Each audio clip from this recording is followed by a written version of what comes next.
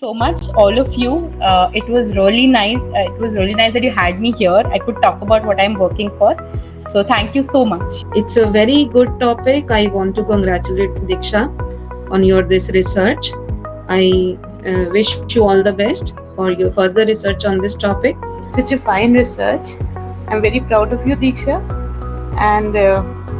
and keep up that good work. Really wonderful, and all the best for your coming venture. And Nadeep ma'am, thank you very much for joining.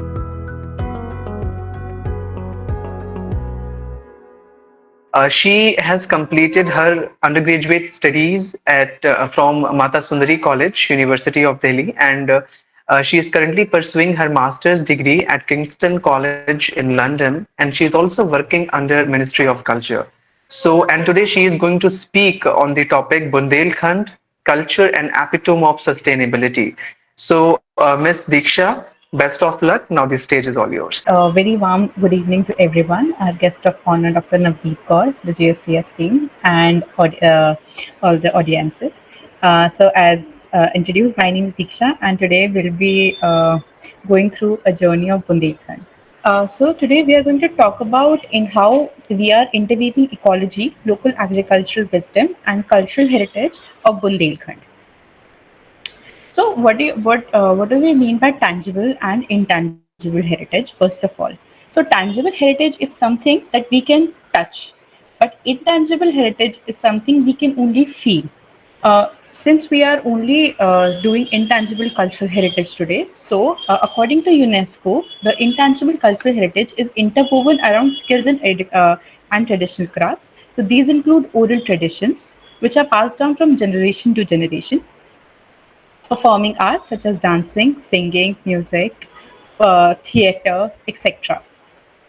Knowledge and practices concerning nature, and social practices and rituals. So, before going forward, we are going to have an overview of Bundelkhand, which is a historically significant region in central India. So, Bundelkhand is a semi-arid region and it is divided into two states, in which seven districts are in Uttar Pradesh and six districts are in Madhya Pradesh. Bundelkhand, although has approximately 6.7 million hectares of farming area, but despite that, the economic condition of the farmers in Bundelkhand it remains very backward. They face poverty and debt due to various factors such as water scarcity, adverse conditions, etc. So the objective here is that we will be investigating, examining, and assessing the ecological sustainability, traditional farming practices, and cultural heritage of preservation to foster sustainable development in Bundelkhand. So our question is, how is farming and agriculture related to intangible cultural heritage? So we are going to learn that today.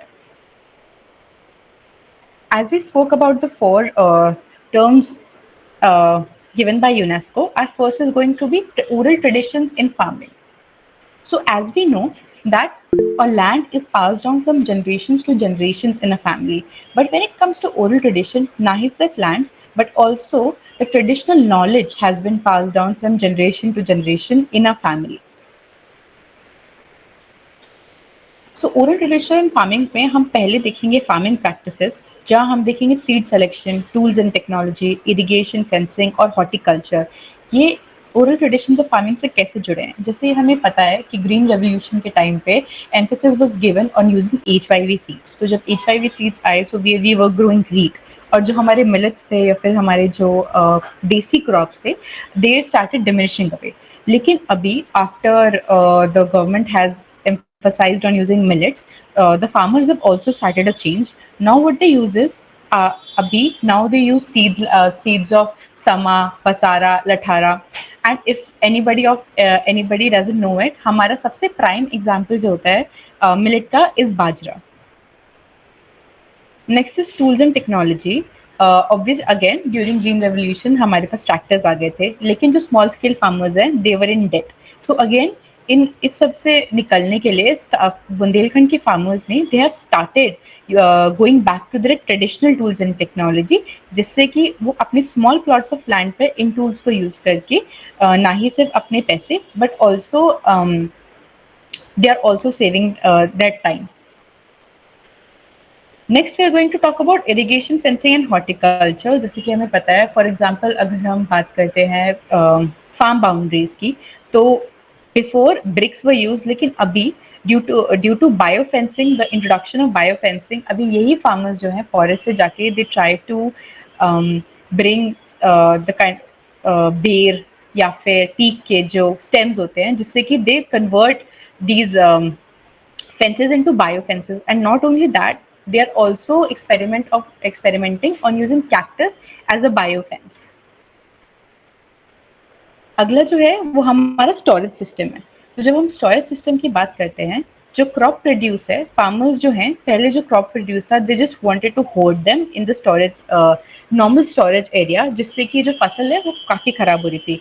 Now they are going back to the traditional storage system, जहाँ की उनके sayings में कहा गया है कि आपको किस मौसम में कैसे फूड स्टोर करना है. फॉर एग्जाम्पल, जैसे कि instead of using medicine to ripen the mangoes, अभी जो फार्मर्स हैं, they are using traditional palash leaves, though the process takes 7 days instead of one, but it is a more organic method to produce crop storage crop. Now we are talking about storage system for household. जैसा कि हम देख सकते हैं, ये बंडा है. So it is made a level up from the ground, जिससे कि it protects it from the rats, rodents, flood, etc. And not only this, we can also talk about these kind of potteries, these kind of kutilas, and these kind of small containers which are made from loki, as we call it. The loki is dried and it is so good to use, and it is also organic. It all replaces the traditional plastic bags we are using. So not only jute, but we also have these kind of stuff existing in the villages nowadays. Talking about performing arts next, उनका जो I don't think we have heard of it. So Diwali लोक नृत्य जिसे कहते हैं, ये कार्तिक मास में होती है, दिवाली के दूसरे दिन, यानी गोवर्धन पूजा पे. इसके अंदर क्या होता है, जो बच्चे होते हैं, दे परफॉर्म एन एक्ट, और ये हर 12-13 साल में एक विलेज से दूसरे विलेज या एक इंसान से दूसरे इंसान को, family to family and sisters to their next generation pass होती है. कहते हैं कि द्वापर युग से ये शुरू हुई, जब और ये तब की जाती है जब जो फार्मर्स हैं वो अपनी फील्ड्स को रीप कर लेते हैं, and they are planning to cut down the harvest. Now, talking about knowledge and practices concerning nature, I want to show you all this video.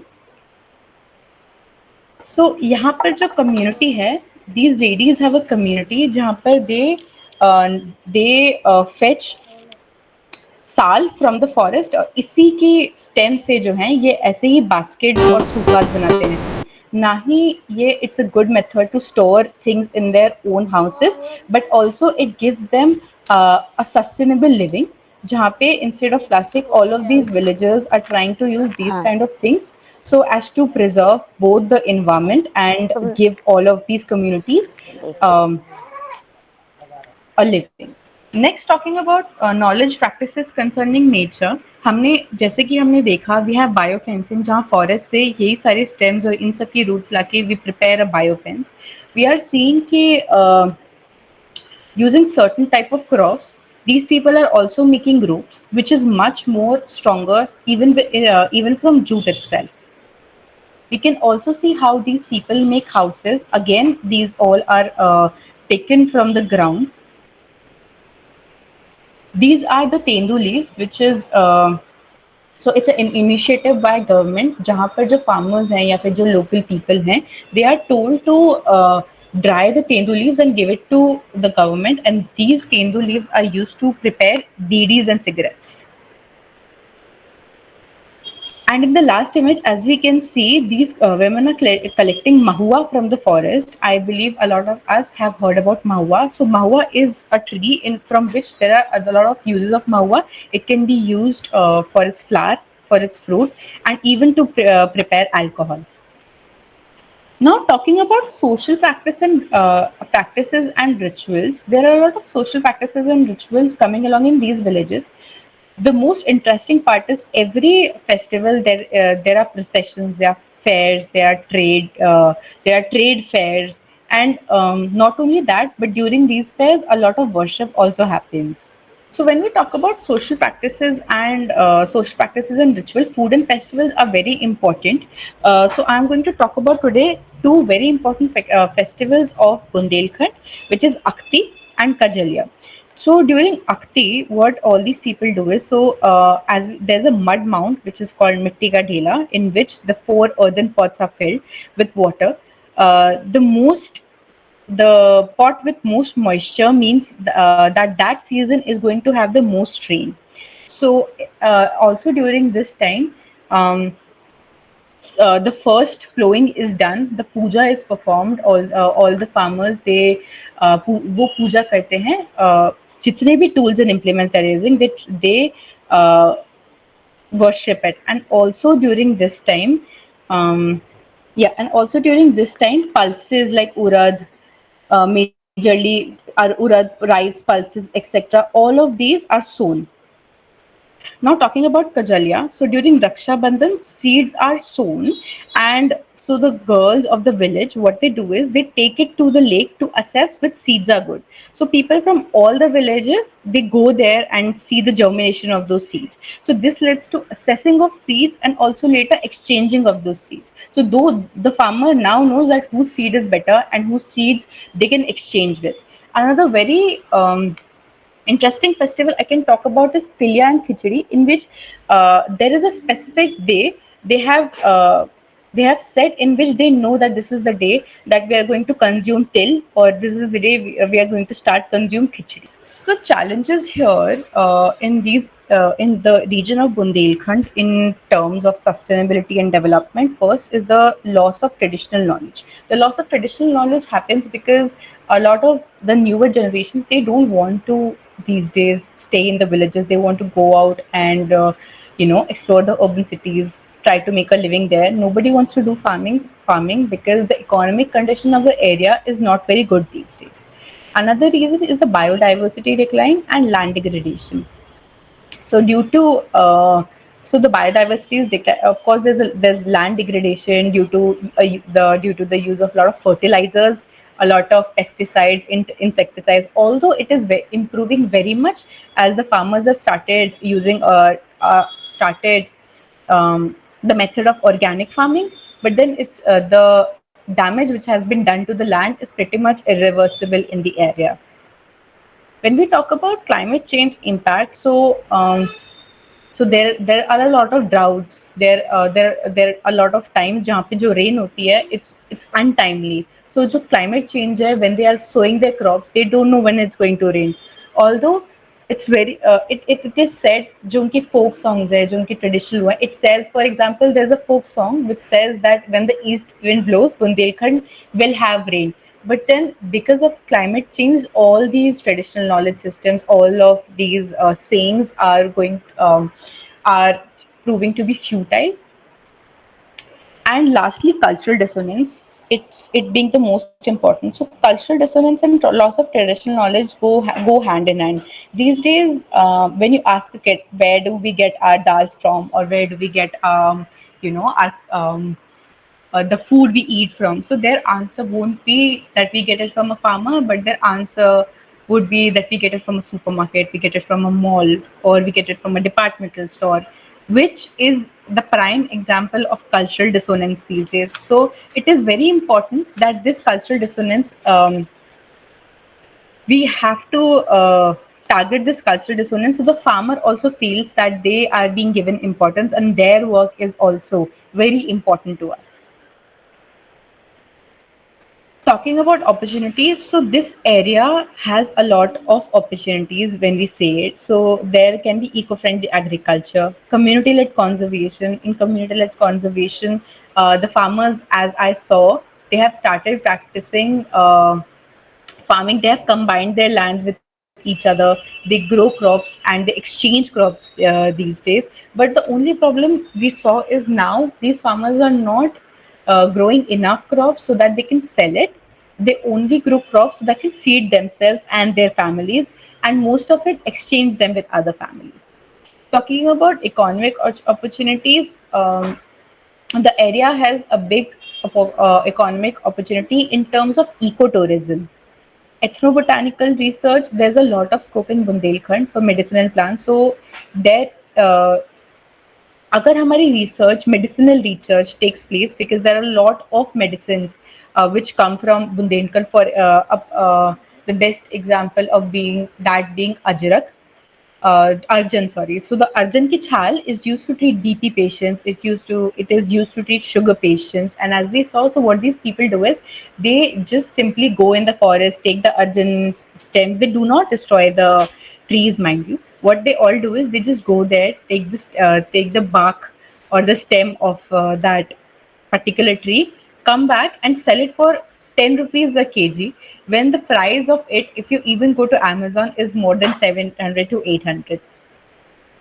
So education and awareness, raising awareness about the interconnectedness of ecology, agriculture, and cultural heritage can foster a sense of pride and responsibility among the local population. Revival of traditional practices and revival of traditional crafts again go hand in hand, because if we revival these practices, we are also taking a step forward towards sustainable development. We are also taking forward a step where we are saying yes to things which are for things such as the baskets, the ropes, instead of using plastic. And the last one being policy and advocacy, where collaborating with local authorities to integrate traditional knowledge to agro policies and conservation strategies to support holistic development of Bundelkhand. When we talk about policy and advocacy, I'll give you an example where in Bundelkhand, once upon a time, a policy of Chakbandi was introduced, where all this land was consolidated. So the farmers. So a lot of irrigation systems were destroyed, due to which a lot of farmers committed suicide. There was no water for years in Bundelkhand. So what we have to do is we have to um get in partnership with these farmers, so that we know that these are our traditional crafts, and these are the methods in which we can actually get in favor of the farmers, and we can also protect the environment at the same time. So our journey through Bundelkhand has we have seen that we have witnessed a lot of customs, festivals, folklores, which shows community bond. Local storage methods we have seen, organic farming practices that have emphasized sustainability. So the region has a lot of reliance on animals and forest produce. Um, I also forgot to mention the Diwali dance, which we saw that the state government is pushing it for making it a UNESCO intangible cultural heritage. Because the Diwali dance has been there for generations, actually, since it's their ancestral dance. They want to push it to the UNESCO World Heritage List for India. Currently, there are 13. If we succeed, there are going to be 14 later.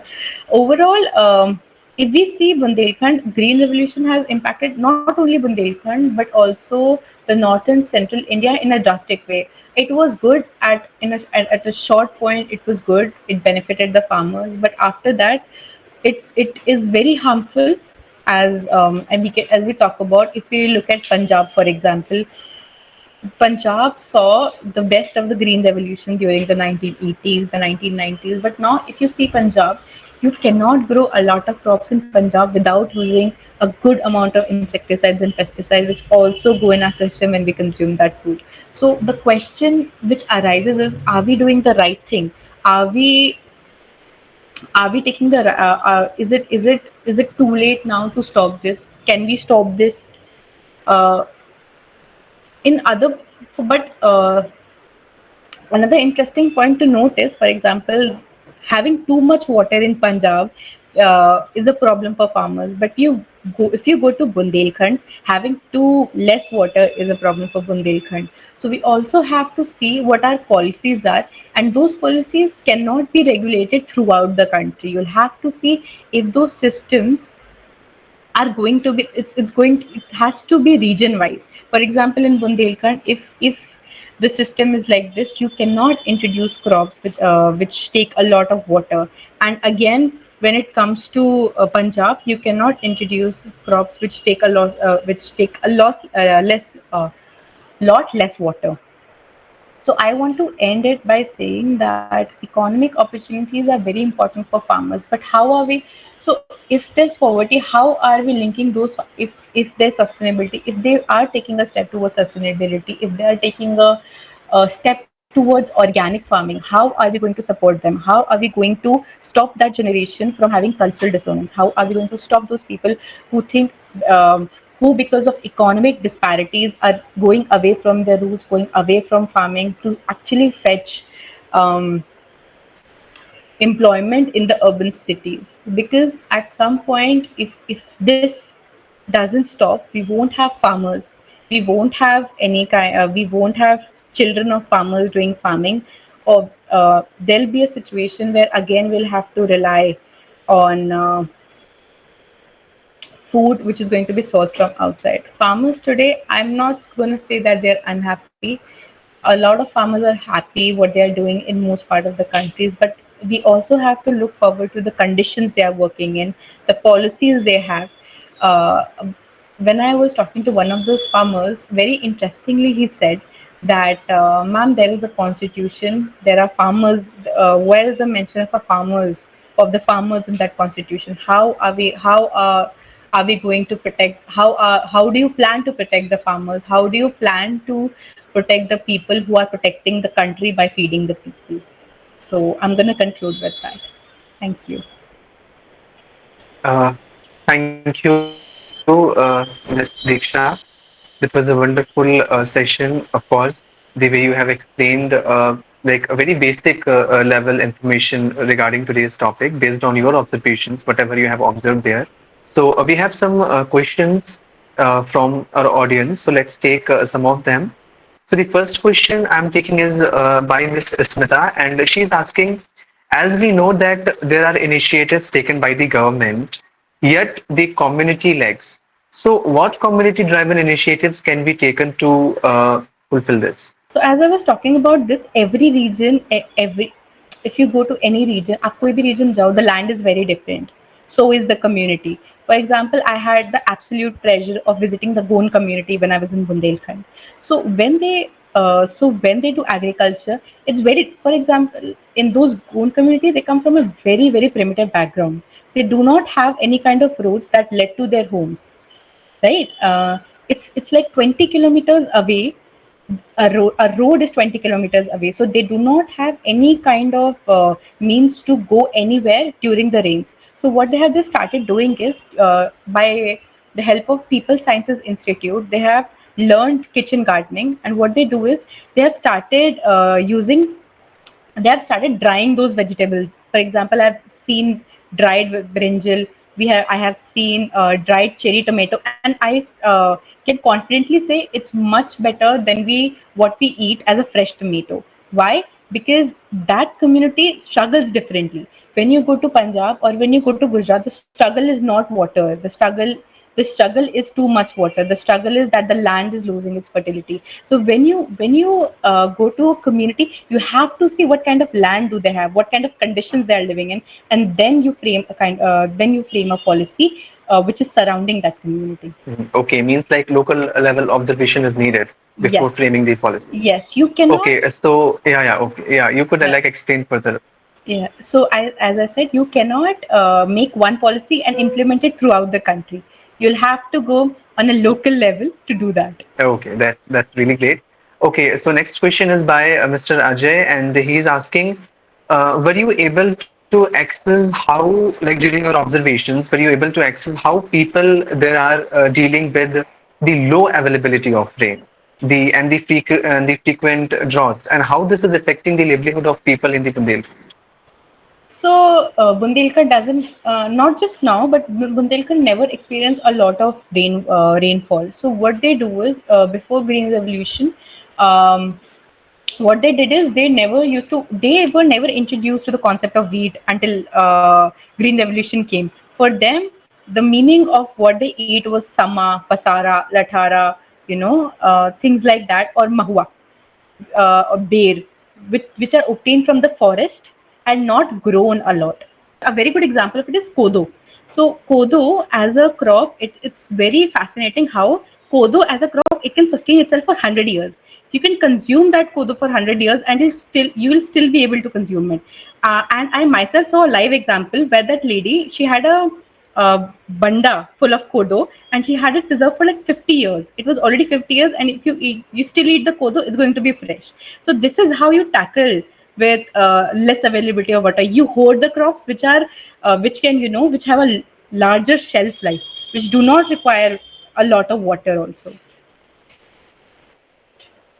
Okay. So next question is by Mr. Shubham, and he's asking, according to you, what can other regions learn from Bundelkhand's approach of like sustainable practices and its preservation of intangible culture? So the best part about being in Bundelkhand, so it's a very economically backward area. You do not also not just economically, you do not see a lot less lot less development there as compared to when you go to other states in the north who have agriculture. This is the, you know the economic conditions are much better in there as compared to Madhya Pradesh or Uttar Pradesh or the region in common. What you can learn from Bundelkhand is how you turn around your economic conditions into so these people, they have connected themselves to a lot of institutions. For example, PSI, the People Sciences Institute, and Wipro. Both of these organizations, they have a lot of active role in Bundelkhand in these areas where they're teaching the farmers sustainable agriculture. Not they are only preserving their own lands, the farmers, but they're also giving away. Now they have started giving away all these organic packed food to Amazon. So from a position where there's no road, where there's lot less availability of resources, they're going towards online selling. They're going towards packaging food. They're going towards organic farming as compared to other regions where still the use of insecticides, pesticides, and fertilizers is much more prominent. Okay, next question is by Mr. Raj Thakur, and he's asking, there are many regions in India which are involved in sustainable practices. So, what claims can you make to prove that Bundelkhand is or was epitome doing very good for it?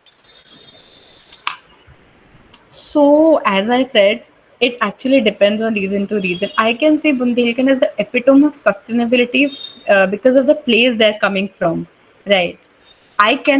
You cannot compare a region to another on the basis of their resources. For example, Bundelkhand is doing on scarce resource as compared to Gujarat or Punjab, who are doing much better right now on these resources.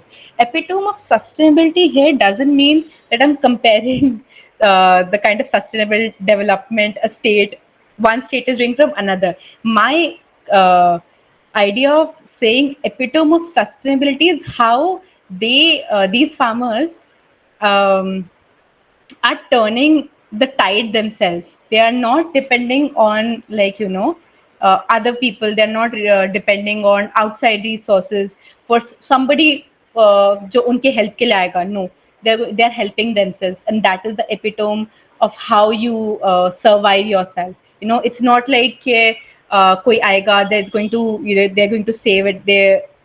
Somebody's going to save them from the drought. Somebody's going to give them money. Nobody gives it. You or even if I am sitting here, I'm going to talk about this. But am I giving them money? No. Am supplying them food? No. I'm not doing anything else, right? I'm just talking about it. So our epitome of sustainability here means how the farmer he's establishing an example right here. Okay, like despite being having a lot of Yeah. difficulties, they are Yeah. squeezing the all the possibilities they could. Yeah, Yeah. okay, we get it. So, a last question from our side.